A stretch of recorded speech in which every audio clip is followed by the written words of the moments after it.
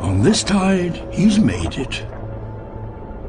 If he and his eggs can survive the hazardous months ahead, he will have helped father the next generation of midshipman singers.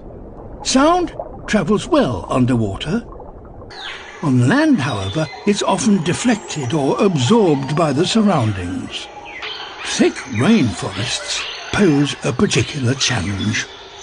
The dense vegetation acts as a sound barrier, and despite the many voices, most messages don't travel far.